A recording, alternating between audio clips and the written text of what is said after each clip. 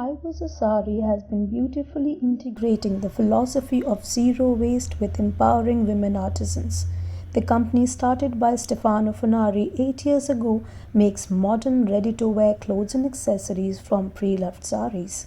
Even as an old sari takes a life of its own, it transforms the life of those behind the hard work, the women from marginalized sections of our society. I Was Asari is also supported by Gucci Equilibrium, under which the Italian fashion house offers embroidery training. I Was Asari's upcycle collection won the Design Circular Challenge at the Lakme Fashion Week in 2019.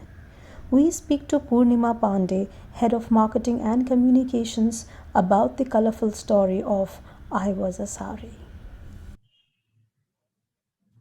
Hi, Purnima. Welcome. Should I? And thank you so much for having this conversation with us. So, last Thank year, you. 2020, was unexpected for all of us. So, I Was Sari has been involved with women artisans and helping them for so long.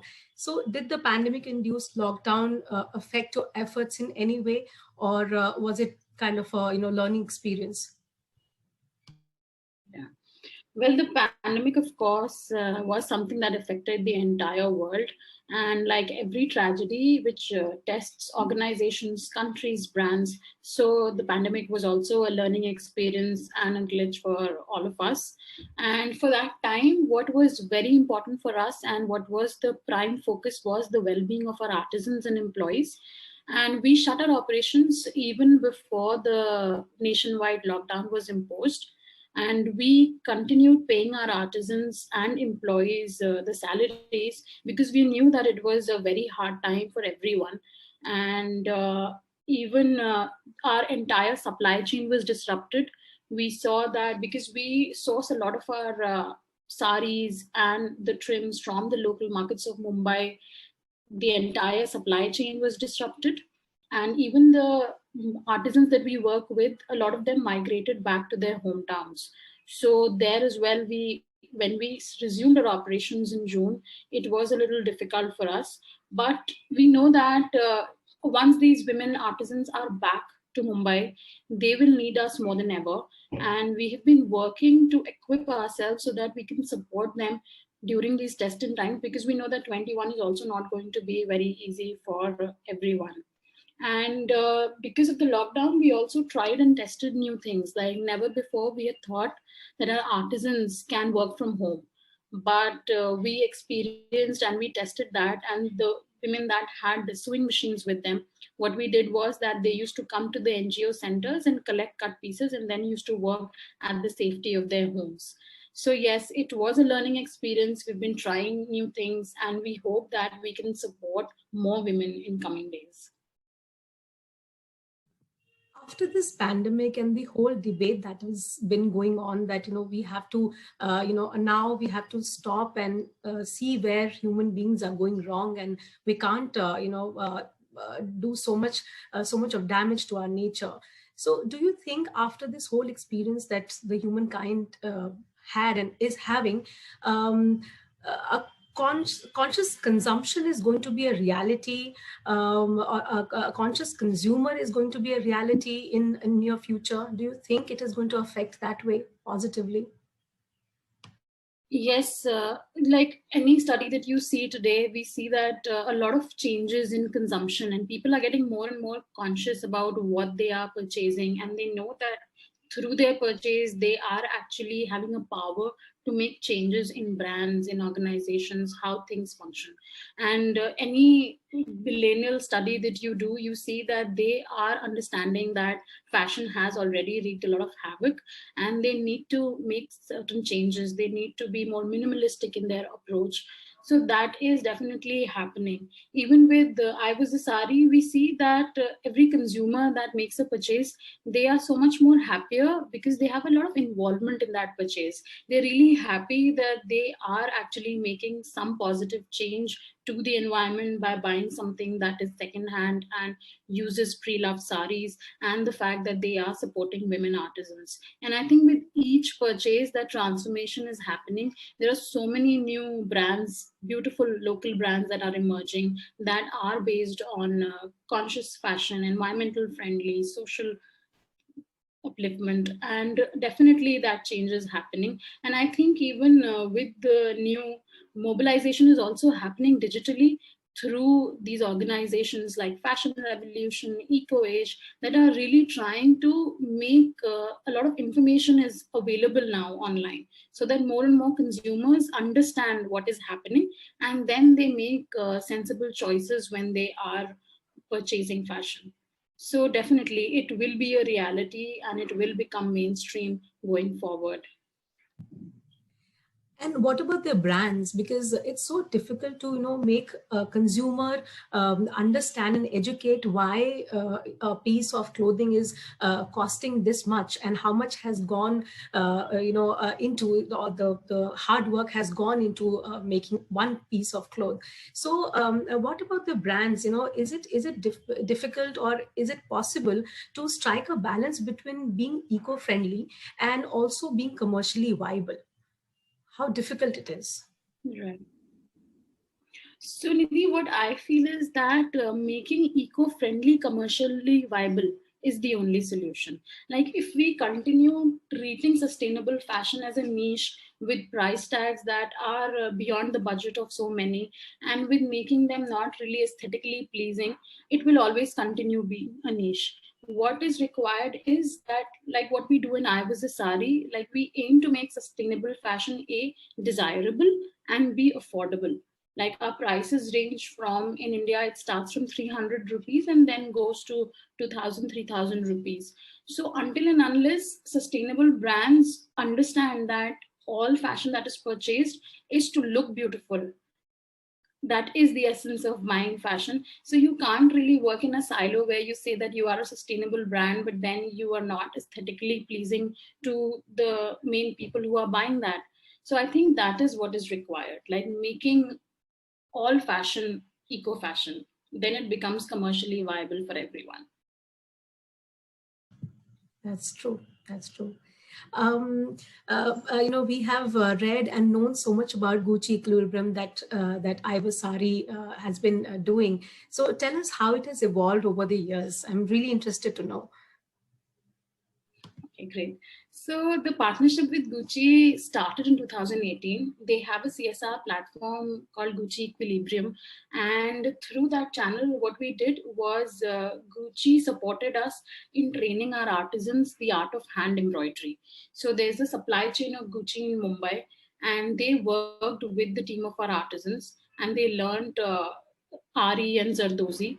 And predominantly, this sector is completely like dominated by male carigars. So this was like a social experiment. And what we now have is a beautiful range of hand embroidered products that we have added to our offering. And the support with Gucci has been really exceptionally unique because it is about expertise, it is about skill sharing. So they've worked with various departments of Ivazasari like finance, accounting, design, marketing. And what we see is that it's a very fruitful collaboration because it really helps us grow and really get closer to our vision of employing more women artisans. And it's been beautiful. And what we're doing currently is the first embroidery project that we did, we are making it online with the help of Gucci's Chime for Change initiative. And what will happen is that any social organization, NGO, or export house that is willing to train women in the skill of hand embroidery can get access to that training free of charge. And then they can also employ them and make them a part of their workforce. So it's been a beautiful journey, and we hope that with coming years we will be working on more initiatives and will create a positive impact. Yes. And it is such a beautiful balance between, a clothing brand, a clothing giant coming and, putting together your women artisans together on a global platform, which I Was Sari is doing. It's a beautiful, beautiful amalgamation. And my next question is, Iowa Sari has been doing so much for women artisans, and not just empowering them as women, as artists, but also putting them on global map. So, how has the journey been of educating women and bringing them into under your wings, and also changing the mindset of their families, which is sometimes, I'm sure you must be finding it difficult sometimes. So how has that journey been? So that has been a very beautiful transformation, and it is very interesting. Like when we go and see the newcomers, it's always those who are really shy and underconfident. But like we always say that in I Was a Sari, what happens is there are two transformations happening at a time. One is of the sari that becomes a contemporary piece, and the other is of the artisans. Like once they get exposure, once they start working, they have these beautiful transformation. They become more confident, they make friends among the people they work with, and then through the financial independence that they gain, they start fulfilling their dreams. They, like now these women artisans, when we talk with them, they are supporting their children's education, they are supporting their household, they have dreams, they are like traveling, or they are planning to travel for the first time, like planning a trip for themselves. So that transformation is beautiful. And we see that there's a snowball effect as well. Like initially when they come with their mother-in-laws, who is really taking, like being there to see how this environment is. But because we work in collaboration with NGO centers, we really take care that there are only women in the centers. We provide them with flexible working times. So whatever time they have at hand after completing their household chores is what they give to the centers. So slowly and steadily, they really see that bringing a positive change in their lives. And that definitely has a snowball effect. Then they get their neighbors. Then there are some of these women, they have their daughters joining them and becoming a part of I Was a Sari. So it is a gradual transformation, but we always are very much aware that there are certain things that we need to take care, because otherwise it will be difficult for them. And but the transformation has been beautiful. Like the women that are working with us, they even traveled to Rome, they went to Milan to receive the green carpet award. So it's a beautiful thing that people who've never even stepped out of Mumbai except for their hometowns are now going to Italy to receive award. And when their parents or their family sees that, like it definitely changes mindsets. They realize that what is that they can actually achieve if they're given that bit of freedom to work. So yeah, it's been a beautiful journey. And currently we are working with around 170 women artisans, and we really hope to increase by multifold and support more women in future. So of course, this year is going to be slightly difficult, maybe a little less difficult than 2020, but still difficult because there's so Yeah, many things are the new normal, as we say it. right. So what are the vision? What is the vision that the company is working on right now? There's anything that you would like to share in terms of what is there in the pipeline? So I think 2020, yes, it was a very difficult time, but it also gave us time to actually, step back and look and work at our processes. So 2020, we worked on our marketing bit. We really emphasized on how we want to communicate with our consumers. We spent time on that. We really worked on how we can streamline our logistics and operations. And now we are working on new projects, very interesting projects, especially something that we want for the Indian market, like customization of their saris is something that we really are hoping to come up with. And yes, the aim has always been the same, because it's so much ingrained in the DNA of I Was a Sari, to really work with minimize waste and work with pre-loved saris and other materials, and to work in collaboration with NGOs so that more women are skilled and they can. So that is going to be our vision going forward as well. And we just hope to streamline and be able to basically increase our capacity so that we can work with more women. And as I told you, that we hope that with more migrant women coming back to Bombay, And once they need that support, we should be well equipped to provide that support to them.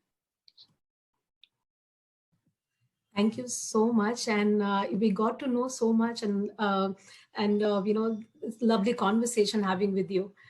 Thank you so much for taking our time. Thank you, Nidhi. It was a great pleasure talking to you as well. And I wish that more and more women are a part of I Was a Sari, and all of us here should be able to get our, piece of I Was a Sari. Definitely, yes. We hope so too. Thank you so much. Thank you. Thanks.